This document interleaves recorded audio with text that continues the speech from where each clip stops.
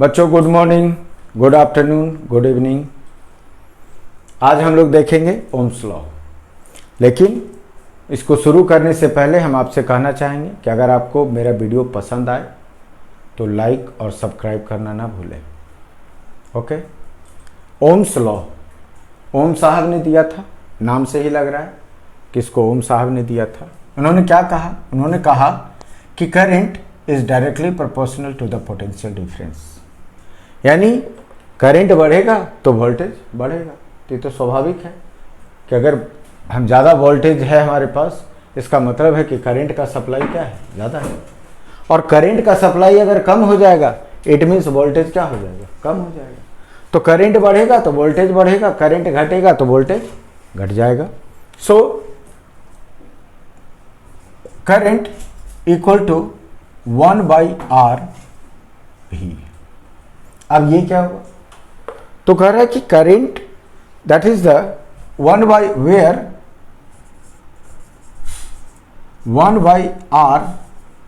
is the proportionality constant, is the proportionality constant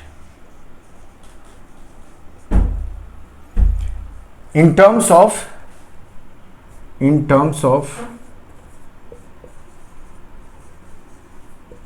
resistance।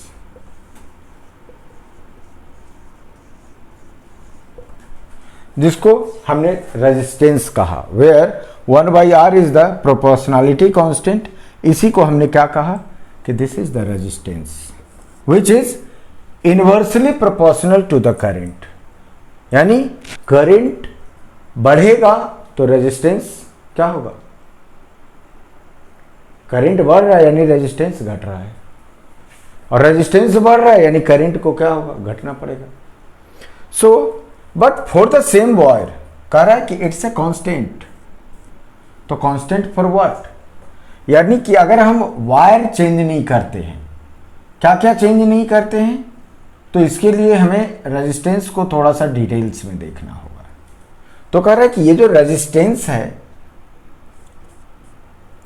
तो सबसे पहले तो आपका फॉर्मूला क्या आ गया? That is the V equal to IR। इसको अब आप याद कर लो। Potential difference equal to IR, voltage equal to IR। Clear है? सो यहां V है, R क्या होगा, ऊपर आ जाएगा। सो V इक्वल टू IR। अब हम जानेंगे इस रेजिस्टेंस के बारे में। रेजिस्टेंस क्या है?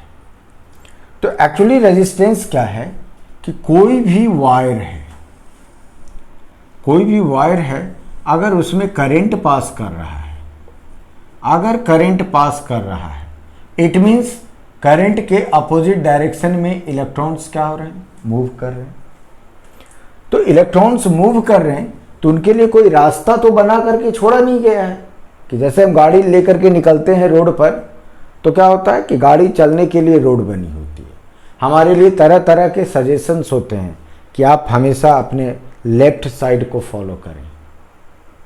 अगर ऐसा नहीं फॉलो करते हैं, अगर फॉलो करते भी हैं, तो आप देखते हो रोड पर कितना तमाशा होता है। कहीं भी बम विस्फोट, एटम बम, हाइड्रोजन बम या छोटे छोटे एक्सीडेंट्स होते रहते हैं। इस एक्सीडेंट्स का कारण क्या है?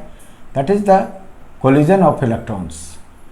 इस वायर के अंदर आप देख रहे हो, कोई भी वायर हो, कॉपर वायर हो, आयरन वायर हो, any types of wire, so they contain lots of atoms.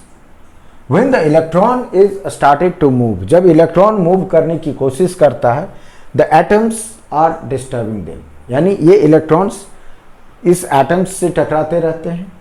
खुद से एक इलेक्ट्रॉन दूसरे इलेक्ट्रॉन से टकराता रहता है, दैट इज द डिस्टर्बेंस। यानी electron electricity means flow of electron,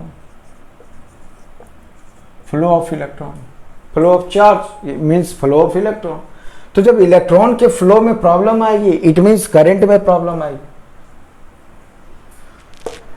तो दैट इज रेजिस्टेंस। अब कहता है कि ये रेजिस्टेंस है क्या? इट डिपेंड्स ऑन, रेजिस्टेंस जो है वो हमारा टोटल 4 फैक्टर पे डिपेंड करेगा। First is temperature, temperature should be constant,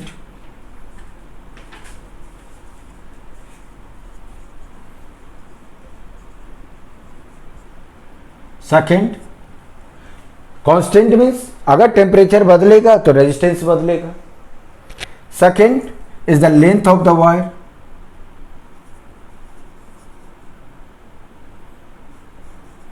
length of the wire, length of the wire, जितना लंबा लेंथ होगा उतने ज्यादा रेजिस्टेंस होंगे। Third is cross sectional area, cross sectional area of the wire, and the fourth is the material of the wire, that is represented by rho, that is the RHO, rho. This is the A, this is L, and this is, everyone knows, T. So कह रहा है कि the resistance will depend on the 4 factors, that is the temperature should be constant, length of the wire, that is the L, cross sectional area of the wire, that is the represented by A, and the material of the wire, that is the rho. It means the resistance is directly proportional to the L, resistance is inversely proportional to the A. Now resistance equal to, that is the rho L by A, where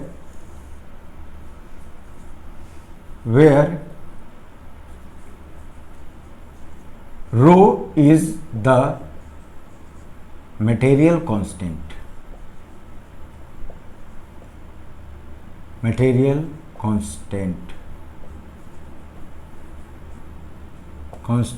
also called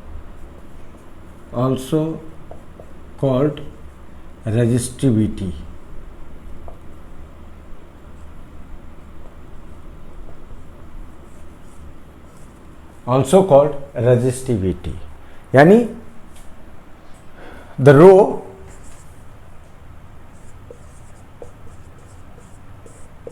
अलग, जैसे copper, ये copper wire है तो रो का value अलग होगा, aluminium wire है तो रो का वैल्यू अलग होगा, अगर आयरन वायर है तो रो का वैल्यू अलग होगा, यानी ये रो मटेरियल पर डिपेंड करेगा। आप देखोगे आपके बुक में काफ़ी लंबी लिस्ट दी हुई है कि हर एक मटेरियल यानी copper, aluminium, iron, gold, silver, what ever भी जो भी कंडक्टर मटेरियल हैं उनका रो का value, that is the resistivity value, अलग अलग है। सो अकॉर्डिंग टू, अगर आपके एग्जामिनेशन में क्वेश्चन अगर रो निकालने के लिए ही आता है तो बाकी चीजें आपके पास दी हुई रहेंगी, अगर कोई दूसरी चीज पूछ रहा है तो रो का वैल्यू आपको क्वेश्चन के नीचे ऊपर कहीं लिखा हुआ रहेगा। So very simple, Ohm's law कहता है कि current is directly proportional to the potential difference, where the current is inversely proportional to the resistance, where R, that is the resistance, is a constant in terms of resistance। इसी constant को हम resistance के रूप में जानते हैं। what is, so V बराबर IR, ये आपका फॉर्मूला हो गया। now what is resistance? resistance of the wire, किसी भी वायर का जो रेजिस्टेंस है, it depends on the 4 factors, that is the temperature, length of the wire, cross sectional area of the wire, material of the wire। तो इसको फिर से एक बार समझ लीजिए, टेम्परेचर अगर चेंज होगा रेजिस्टेंस चेंज होगा, लेंथ ऑफ द वायर, जितना बड़ा लेंथ, क्या लिख रहा है कि R is directly proportional to L, यानी लेंथ जितना बड़ा होगा, तार की लंबाई जितनी ज़्यादा होगी रेजिस्टेंस उतना ज़्यादा होगा। R is inversely proportional to the cross sectional area of the wire, यानी तार का थिकनेस जितना ज़्यादा होगा रेजिस्टेंस उतना ही कम होगा। यानी आप समझिए कि हमने रेजिस्टेंस क्या कहा था, हमने रेजिस्टेंस कहा था कि that is the disturbance in the passing current, disturbance in the passing current through the wire. तो अगर वायर मोटा है तो इलेक्ट्रॉन्स आराम से गुजरेंगे, वायर का थिकनेस जितना ज़्यादा होगा इलेक्ट्रॉन को जाने के लिए उतनी ही ज़्यादा जगह मिलेगी। आप अपने आसपास की जो सड़क होती है और एक 4 लेन पर चलते हो, दोनों में अंतर होता है ना। 4 लेन के पर क्या होता है, जगह ही जगह होता है। आप काफ़ी स्पीड में काफ़ी सारी गाड़ी चलती रहती है, लेकिन काफ़ी स्पीड में चलती रहती है। और हमारे घर के सामने जो छोटी सी सड़क होती है उसमें साइकिल भी हम फुल स्पीड में, गाड़ी कम होती है तो जगह ही बहुत कम होती है। तो यानी क्रॉस सेक्शनल एरिया यानी थिकनेस जितना ज़्यादा होगा हमारा रेजिस्टेंस उतना ही कम होगा। Now there is the rho, that is the material constant also known as resistivity. So आप लिख सकते हो कि that is rho equal to R A by L.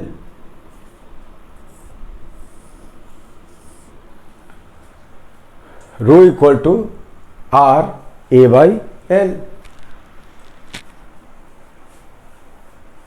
Okay, so अगर आपको ये वीडियो पसंद आए तो लाइक करें, सब्सक्राइब करें। हम फिर से इसका नेक्स्ट जो पॉइंट है आपका that is series and parallel connection of resistors के साथ हमारा नया वीडियो होगा।